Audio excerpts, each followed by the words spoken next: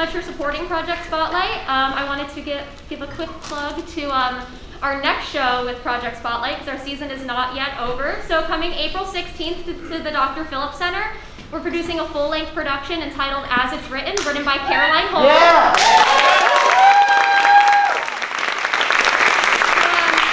Tickets are already on sale for that. We haven't officially posted it yet. We're posting it on Monday, so you can go ahead and purchase those. It's going to be a great show. You should totally come because I'm the stage manager. But yeah, so we would love to have you there. Again, donations. Please give us your money.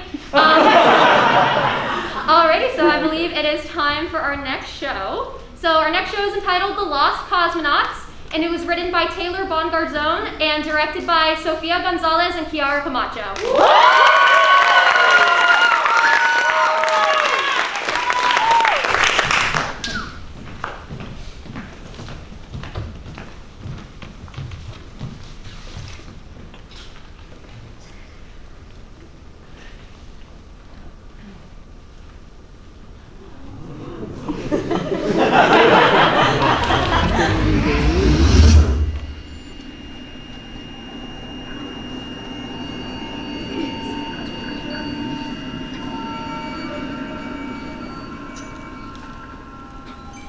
October 4th, 1957, Italy. Two amateur radio operators intercept a radio transmission on the same day the USSR launched Sputnik 1, the first ever artificial satellite.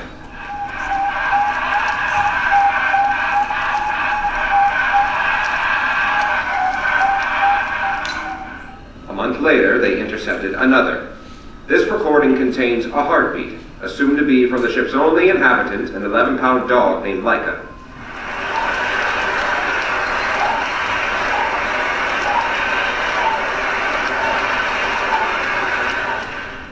Over the next 3 years, the brothers would go on to intercept 3 more recordings, an SOS signal, a distress call, and the failing breaths from what they assume is an undocumented Russian cosmonaut. Meanwhile, in the year 2080, a cargo vessel manned by a crew of 2 is en route to the Mars colony. The Earth, as you may know it, is in its final throes of life, requiring humanity to seek residence elsewhere if they wish to continue the race's survival beyond the centennial. The time is 3 a.m. The place? The main flight deck aboard the Ship of Opportunity, Sanctum.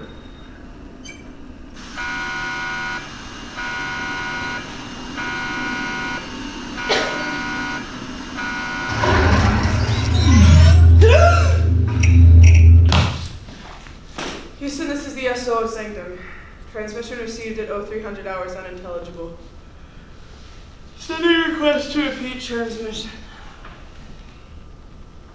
Oh, what was that? Autumn? What? Are you okay? You look a little, Yeah, it dozed off, I guess. Were you dreaming? Yeah. About what? I don't know. I did just a second ago. And You forgot. Yeah, I always forget my dreams too. Hey, what do they want? Who? Houston? Oh, I don't know, it came through all weird. 33 million miles away. I don't know, you'd think we could get some peace and quiet around here? Tough crowd? That was supposed to be funny? Nah, don't worry, I'll be here all week. And the next 30 weeks after that. You know, I bet they were making sure we weren't taking the scenic route. Or drag racing the Russians. You know, the Russians are quite good at space races. And the jokes just keep coming. All right. What's the communications delay at now? 20 minutes? Almost 30. Jeez. Well, what about the colony? Well, their comms still aren't functional, but even if they were, the delay would be minuscule. Minutes, really. Wait, I thought they said they identified the problem with the comms. Well, they did, but they don't have the means to fix it. Or At least that's what the Mars Ford crew said. You remember how we had to shift around inventory last minute? We were making room for the replacement parts. Yeah, and now my glorious flash frozen meals become 3 packs of a perverted impersonation of eggs. God, those bastards. You know, there was a time where people respected astronauts? Oh, yeah, they cared about them. In fact, they hailed them as heroes. And now, we're just reduced to glorified delivery drivers. Well, I guess I'll start with breakfast. Springfield, it is the middle of the night. Well, you know as well as I do that night is a concept solely dictated by the rotation of a planet. And,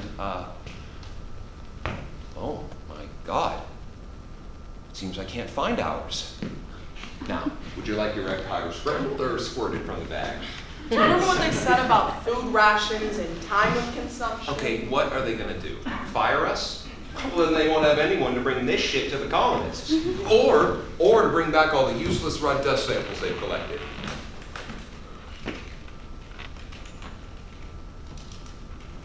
Hey, what's the deal with this spacecraft food? 182 days and counting. Of what? Of you making the same exact. Oh, come on. Love eggs. Oh, is that? Everyone mark your calendars. This is a truly momentous occasion.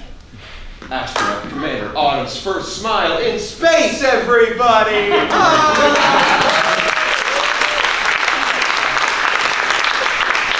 Think of what you're about to say very carefully now. It's going to end up in a textbook somewhere. You're a dick. Rehydrate the eggs. Well, that's not quite the small step for man I had in mind, but hey, I'll take it.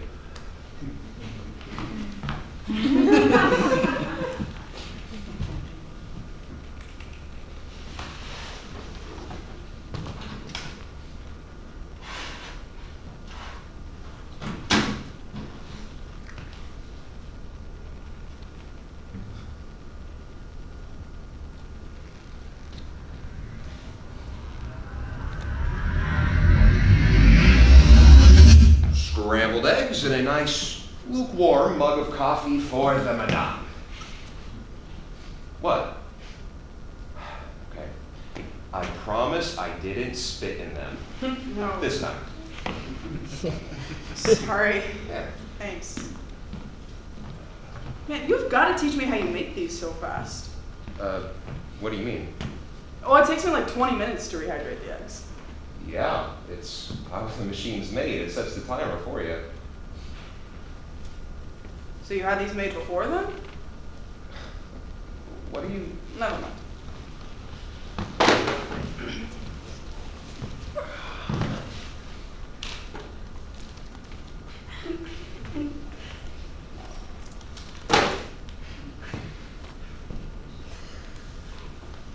What is the first thing you're going to eat when you get back to Earth?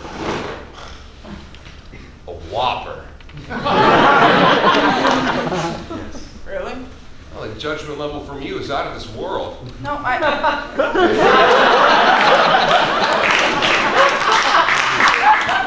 wasn't judging you. I just... What? Well, you would have spent 14 months eating nothing but artificial food. And the first thing you want to eat when you get back to Earth is artificial food. I'm here for a good time, Autumn, not a long time. Blueberries. That's your choice. And you had the audacity to criticize the Whopper.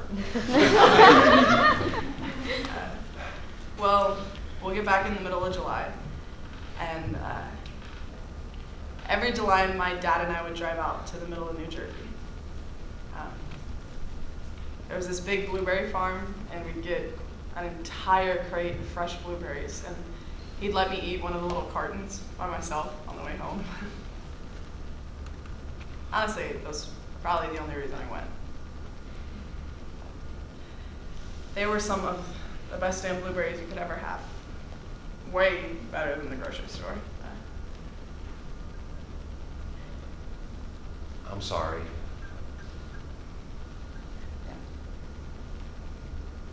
Me too.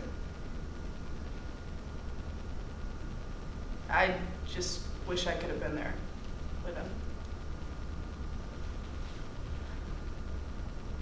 I know it's stupid, but sometimes I feel really close to him out here.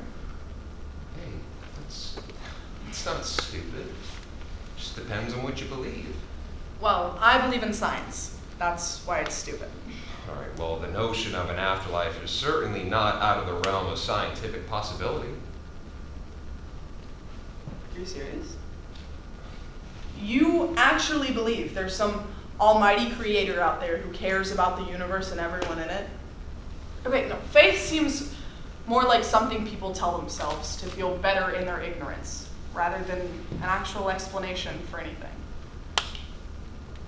I mean, God, we are a blip in the cosmos, a coincidence. I mean, it sucks, but it doesn't change the fact that we don't matter to everything out there nearly as much as it matters to us. Well, sure. There may not be a singular or even a higher reason in this plane of reality, but there's no saying that a consciousness can't exist in other forms. I mean, there are cases all over the world of near-death experiences. No, it's been debunked over and over again. Death is a chemical. It's a biological mercy. We get trapped inside of our minds as our cells start to die. Okay, but that's a hypothesis. It's still not fully understood. It's an observable occurrence, and that's more than good enough for me.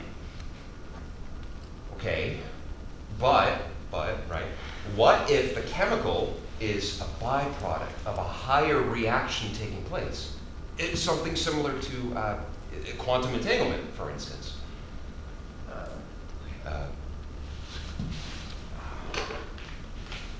All right. Now, that theory states that two or more of the same piece of matter can exist simultaneously and interact over an infinite amount of space and time. The only reason we can't see both at the same time is because observing a particle in two different quantum states causes what was known as a wave function collapse. And the particle, again, exists in only one state or the other. Who's to say that consciousness, unbounded by a body, can't do the same thing? Okay, but if you can't observe one particle in two different locations, how do you know what's happening? Mathematics. I don't get it. Imagine you are a bee. Okay, Springfield. I promise it'll make sense. Just close your eyes.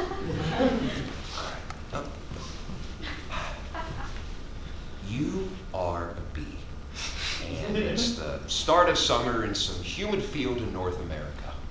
You're buzzing around with all your little bee friends. You drink up nectar and bring it back to the hive. Why? Instinct to feed the colony. Exactly. Right? Bees are living beings. They move, they eat, they reproduce just like us. But they also pollinate flowers in a process that keeps our planet alive.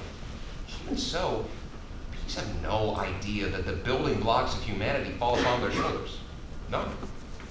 Just because they have no awareness of their efforts to humanity doesn't mean that humanity doesn't exist. They simply don't have the capacity to acknowledge it. It's the same idea with an afterlife. Just because we can't comprehend its existence doesn't mean that it is not in existence. All I know for sure is that I will be making the Blueberry Drive alone this year. You don't have to be alone. I can come. If you want. It's just a bit early to be making that promise. I'm sure by the time we get off this spaceship, you're going to be so sick of me. No. I don't think I could ever get sick of you.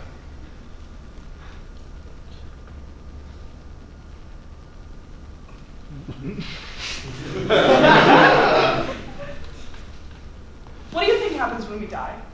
The Bible says that we enter purgatory first. How is purgatory defined in the Bible? Well, it's not. Not really.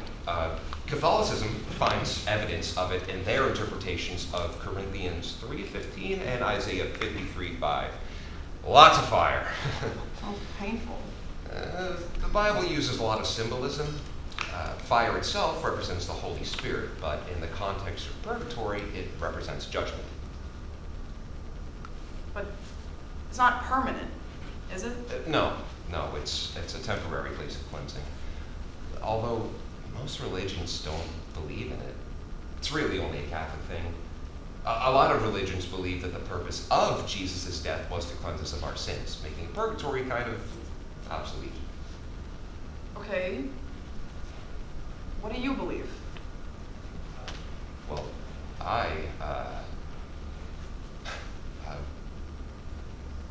don't know. I mean, that's really the question, isn't it? I could tell you what I hope will happen.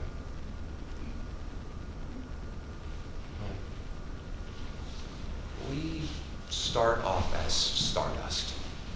Everything in the universe, all of its matter born at the exact same time. I would like to see us go back to that. You know? Walk around the decaying cities on Earth, all swallowed up by the rising sea. Or maybe I'd just like to sit on top of Mount Everest and watch as we crash into Andromeda and the stars blink out one by one, and our moon falls in on us. How many years until the Milky Way merges with Andromeda? 3.85 billion. You know, it's kind of sad, really. What is? Space exploration. The human race is so scared. They look up into that big night sky and hear nothing, and that scares them. I mean, they want to stay alive so badly that they strap themselves to nuclear bombs and blast off millions of miles away to a dead rock. What are they going to find on Mars when every joyful thing's been left on Earth? Humanity isn't bound to objects. It's carried on through people. And it's basic human nature to want to survive. Well, I'd rather live. There's a million things I still got to do back home. You know, if everybody was told to evacuate the day we got back, I would stick around. I'd just wave you guys off in your little spaceships and watch you all go. You would be alone. Somebody's got to play the violin while the ship goes down. I can think of no worse fate than dying out here. In the cold, in the dark. Imagine living the rest of your life without ever seeing another sunrise. Even worse, having to explain it all to the kids, all robbed of normalcy. God, I couldn't even imagine what that would do to the generation in the middle. If you're older, you got memories to look back on, right? If you're younger, then sure, living in a glorified tin can is all you know. But that generation in the middle, the ones that will come to awareness within that transition period, will all be haunted by the notion of a paradise lost, at least to some extent.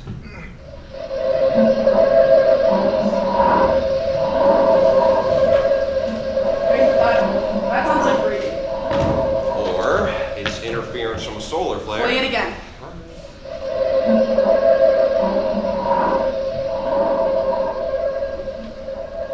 I guess. Okay, there is literally nobody within millions of miles around us in every direction. All right, if somebody else was out here with us, we would know. Yeah.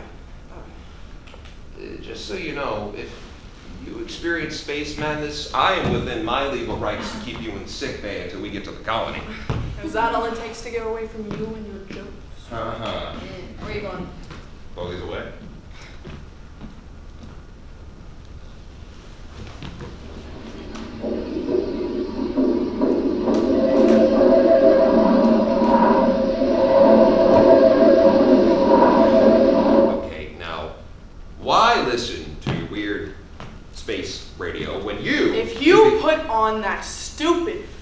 singing Chuck Berry song one more time, you're the one who's gonna need this sick bay.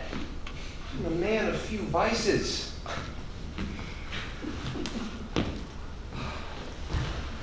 All right, fine. If you're still thinking about your silly little space ghosts, I was thinking about what you said about quantum entanglement and realities that aren't quite our own. And it got me thinking, time is such a human luxury, when in reality time is a property that can be shifted and folded, even repeated if you get too close to a black hole. I mean, even our own timeline is so screwy because our brains are constantly unloading information to make room for new data. Like, okay, for example, my dad and I were driving past our old house in New Jersey like maybe a week before I took off, and I started to remember this friend that I had when I lived there. His name was Peter, and he had blue eyes, and sandy blonde hair, and we used to spend hours exploring these huge woods behind my house. But Peter didn't exist. I was remembering Jeremy Sumter from the movie Peter Pan.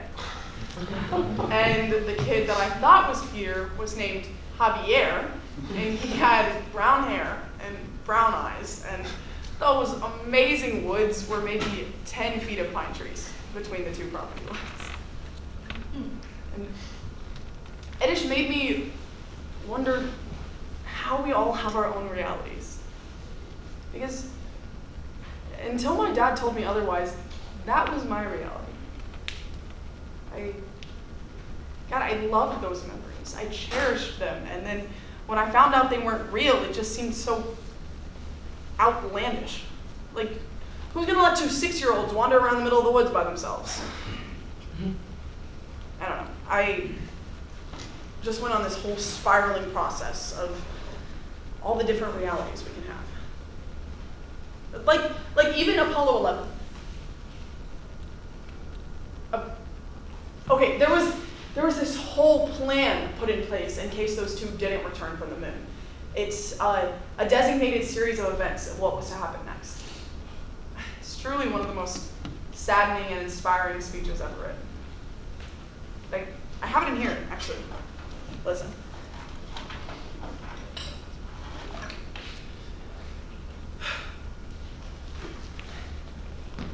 July 18th, 1969. In event of moon disaster. Fate has ordained that the men who went to the moon to explore in peace will stay on the moon to rest in peace. These brave men, Neil Armstrong and Edwin Aldrin, know that there is no hope for their recovery. But they also know that there is hope for mankind in their sacrifice.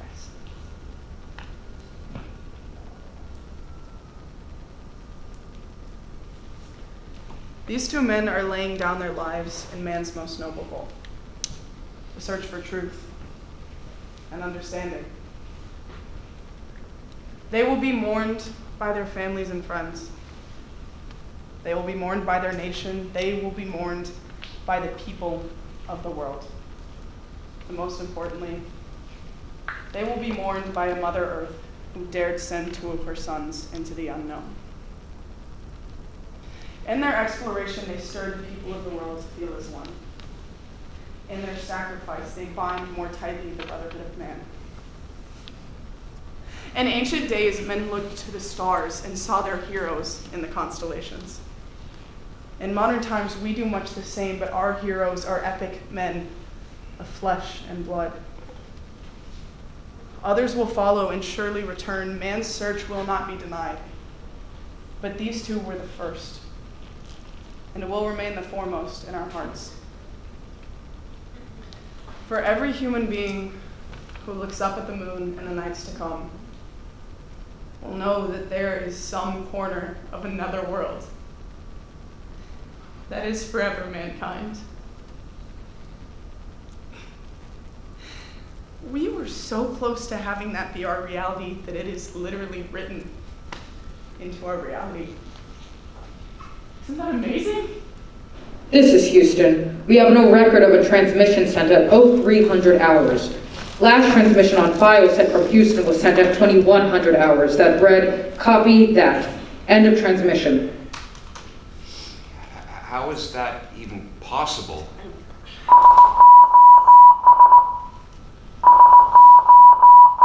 That's an SOS signal. Where's that coming from?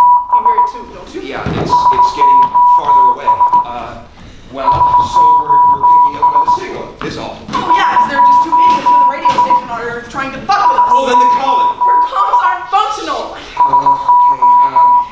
Maybe if we adjust the trajectory, we can pick up a stronger signal. Whoa, are you insane? You'll throw us off course. We won't have enough food. Then give me an explanation that makes fucking sense! You just need to calm down. No, I will not calm down. You're being irrational. I'm being irrational? You understand what you're inferring right now, right? Seriously. Go take a walk. That was an order.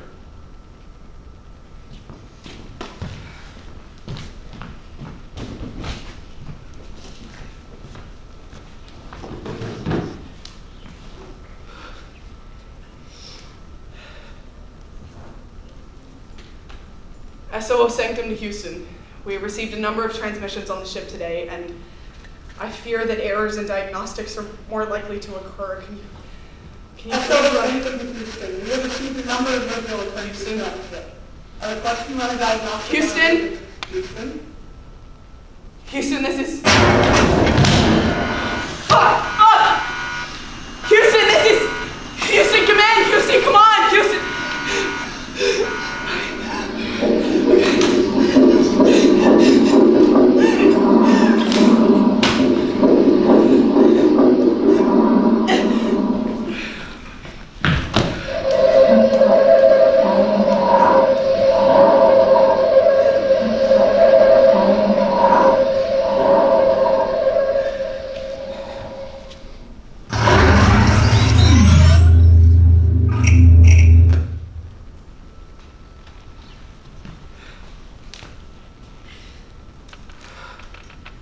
This is the beginning of our second Let's see if this works.